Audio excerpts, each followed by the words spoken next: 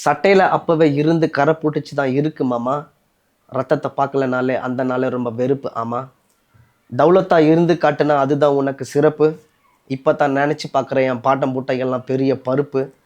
தலையில் சுற்றுற பேன்னு நான் குத்திருவேன்னு என்கிட்ட மாட்டாமல் போயிடுமா, தலையில் புச்சுன்னு ஆடுமா.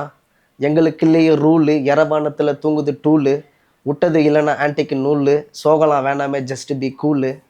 தம்பி நீ மேலே நீ வரணும் படி, அப்புறம் திருப்பி எவனை அடி. மரமா ஊரில் வளரும் செடி, அப்போ தான் நீயுமா ரெடி. சோஷியல் மீடியா எத்தனை ஷேர், என் மக்களே இருக்கான் ஐ டோன்ட் கேர். தக்கதான் போடுவேன் inner wear. Good morning good evening sir. இது யாருக்காக எழுதிங்க? யார் மனசுல என்ன இன்ஸ்பிரேஷனா வச்சு எழுதிங்க? எனக்கு ஒரு பேக் ஸ்டோரி வேணும். இது ஜஸ்ட் ஒரு ரூட்டடா ஒரு லிரிக்ஸ் எழுதணும் அப்படின்ட்டு இது பண்ணதுதான்.